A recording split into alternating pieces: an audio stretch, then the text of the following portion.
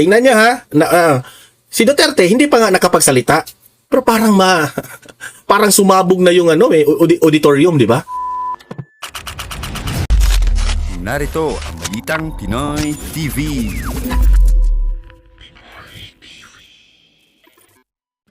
Okay, ayan, magandang hapon po sa ating lahat. Welcome back to my studio. At pag-usapan natin ngayong araw na ito, itong mga maiinit na balita, no, galing sa mainstream media at sa ating mga social media. Unang-una nating pag-uusapan ay itong ang patungkol kay former President Duterte. Meron na pong update ang ICC. Okay? Na ang ICC raw ay gustong mag-order ng additional legal submissions. Ito yung patungkol sa ang ICC ba talaga ay merong jurisdiction kay Tatay Digong. Okay? So mamaya pag-usapan natin yan kasi mahalaga yan para malaki naman ang talaga ang chance ni former President Duterte na hindi matutuloy itong trial na ito kapag mapapatunayan na ang ICC ay wala talagang jurisdiction kasi late yung reklamo. No, 'di ba? Naalala nyo? So mamaya i-explain natin yan ng bahagya. Okay? Pero guys, bago ang lahat, bago natin ito pag-uusapan, help me po na i-like muna ha at i-share itong video na ito para guys kakalat ito sa taong bayan. Okay? Sabay-sabay nating i-like muna at i-share itong video natin Facebook at YouTube. 1 2 3 go. Okay? Like and share para maraming makalam. And also guys, paki-subscribe at paki-follow ito para lagi kayong updated sa mga balita na kagaya nito. At ma-notify ang inyong mga cellphones kung meron tayong breaking news. Okay? So, kagaya nito, breaking news ito. So, sabay-sabay natin i-follow, i-subscribe, Facebook at YouTube. Ready? Follow, subscribe. 1, 2, 3, go! Ayan, thank you very much. Okay. So, heto po yung lumabas na balita. Kanina lamang, no? 43 minutes ago sa Daily Tribune. The International Criminal Court's Appeals Chamber has ordered additional legal submissions in the ongoing appeal filed by former Philippine President Rodrigo Roa Duterte, citing unresolved legal questions on the court's jurisdiction over the case. Kasi napaghalataan ko na itong mga taga-ICC parang nafi-feel nila na tama yung sinabi ng legal team ni Tatay Digong. 'Di ba? Ano ba ang sinabi ng legal team ni Tatay Digong? Itong sina Attorney Kaufman. Ang sabi na wala nang jurisdiction ang ICC kay Tatay Digong kasi itong kaso na ito, final ito ng hindi na miyembro ang Pilipinas sa ICC. Buti kung nag-file sila ng kaso noong miyembro pa tayo sa ICC. Yes, sasabihin nyo. Pwede yung argumento ninyo na sasabihin nyo, yung mga kasalanan ni Bato de la Rosa, ni former President Duterte ay nangyari noong miyembro pa tayo sa ICC. Yan ang argumento ng kalaban na yung mga yung Conte, yung utak, si Atty. Conte, si Trillanes, si De Lima at si Aklaan, sino pa ba? Yan ang argumento nila.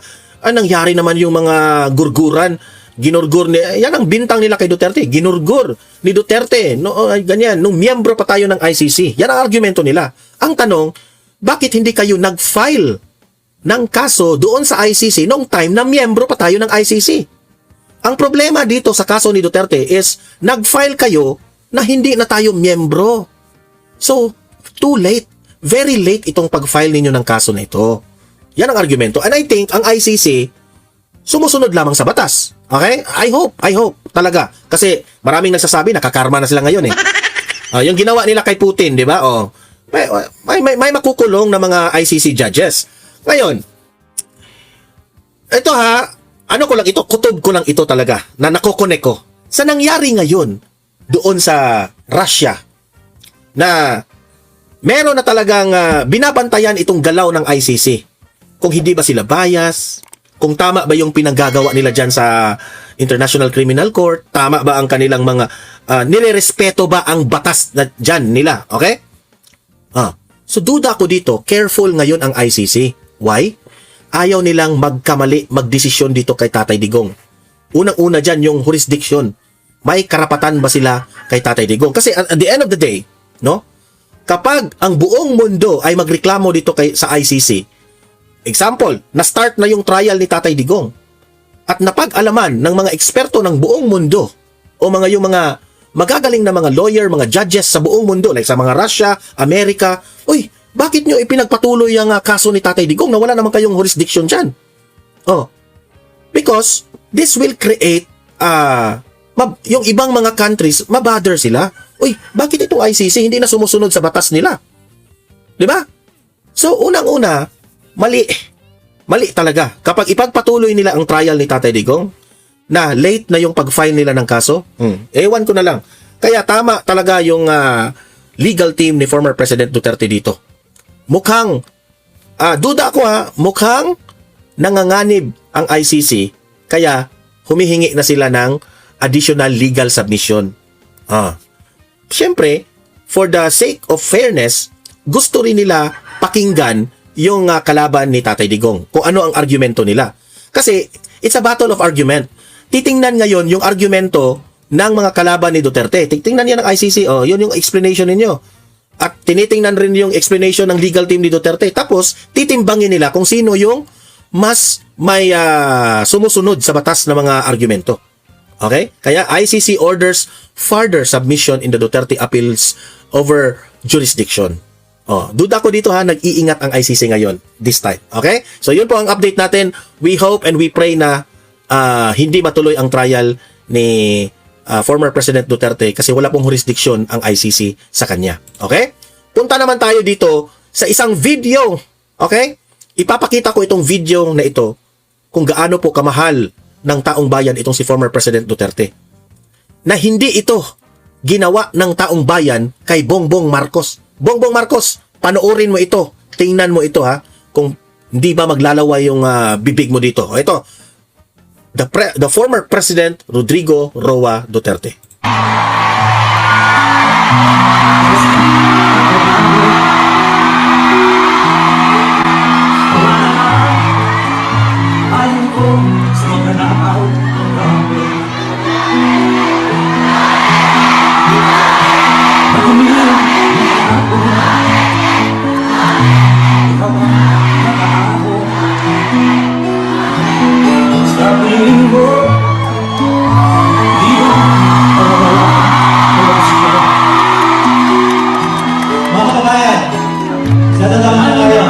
Tingnan nyo si Duterte hindi pa nga nakapagsalita, pero parang sumabog na yung auditorium, di ba?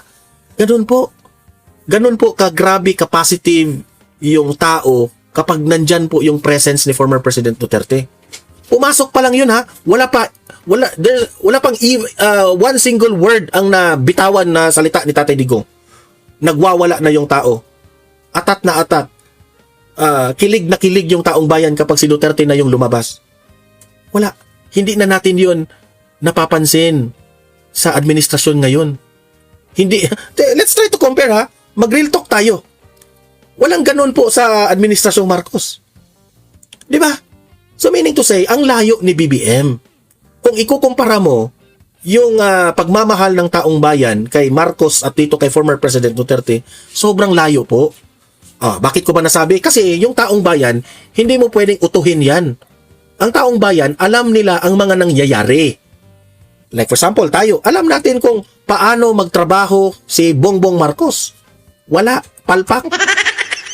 Alam rin natin kung paano magtrabaho si former President Duterte. Alam natin kung ano yung mga ipinatayo ni Tatay Digong. Alam natin na kung hindi dahil kay Tatay Digong, siguro nagurgur na tayong lahat. Sa pandemic, yung panahon ng pandemic, grabe ang sakripisyo ng ating former President Duterte. Sa totoo lang. Hindi po basta-basta yung mga sakripisyo, yung mga desisyon ni former President Duterte para lang ang taong bayan ay ma-save yung ating mga bawat isang buhay. Okay? So, yan po ang ipinapaalala ko lang sa taong bayan na ganyan po kamahal ng taong bayan si former President Duterte. Okay, punta naman tayo dito sa balitang ito. Ito, binalita ito ng Bilyonaryo News Channel, no? Itong si resigned Ako Bicol Representative Zaldico allegedly moved as much as 5 billion abroad using cryptocurrency while evading authorities in Portugal. Ang nagsabi nito si Interior Secretary John Vic Rimulya. Okay, move 5 billion abroad via crypto, DILG chief reveals. Okay. Yan po ngayon ang pasabog ni John Vic Rimulya. Kasi po itong cryptocurrency, ito na po yung makabagong paraan na yung mga malalaking mga bilyonaryong tao dito na sa cryptocurrency ilalagay ang pera nila. Kasi walang hassle eh. Kapag nasa cryptocurrency, yung pera mo, there is a big tendency pa na lalaki yung pera mo. Depende sa stock market, di ba? O, according sa tubo at bababa, di ba? May risk rin. Pero, alam nyo ba, mga kababayan, ito na ang moderno, ang cryptocurrency. This will be the future kung papaano po tatakbo ang pera ng ng buong mundo. Pero there is also a negative side, a bad side. Kasi po, dito po yung inilalagay yung mga illegal na mga pera. Let us say, yung mga pera sa droga, pera sa mga ninakaw. Kung totoo man, itong sinabi ni John Vic Rimulya, posibleng ginawa yan ni Zaldico. Ilalagay niya sa cryptocurrency kasi kung pag malagay na yan sa cryptocurrency, wala nang trace ang pera. May good side, may bad side. Okay? Ewan ko na lang. Kasi kung kahit saang bangko, kakalkalin mo yung bangko ni Zaldico, wala ka nang makikita doon. Yung mga pumapasok at lumalabas na pera sa bangko niya sa Pilipinas o sa labas, siguro may may tinatawag nating ebidensya na galing yun sa mga big businesses niya. Pero yung mga pera na inakusahan siyang ninakaw niya, kapag ito ay matransfer sa cryptocurrency, goodbye na talaga. Hindi na yan matitrace. Yan ang katotohanan. So, ang tanong ko ngayon dito, Rimulya, saan galing yung impormasyon na yan? Bakit alam mo yan? Diba? Yan ang pinakatanong. Eto lang. Ang tanong, kapag totoo ang sinabi ni Zaldico na nag-transfer siya ng pera sa bahay ni Bongbong Marcos, sa bahay ni Martin Romualdez, at sinabi pa ni Zaldico na kurakot rin itong si Martin Romualdez at si Sandro Marcos, ang tanong, si Zaldico lang ba ang gumagawa na pinagtra-transfer yung pera sa cryptocurrency? What if itong mga kawatan sa government officials natin, baka cryptocurrency na rin ang ginagawa nila? Kasi ito napag-isipan ko lang ito through John Vic Rimulya. Bakit alam ni John Vic Rimulya? Alam niya ni John Vic nag-transfer ng crypto. How did you know? Mahirap yan. May nakita ka ba? O may nagsabi ba sa iyo? Kasi bago mo nalalaman yan, may alam ka tungkol sa cryptocurrency. Di ba? Naliman mo.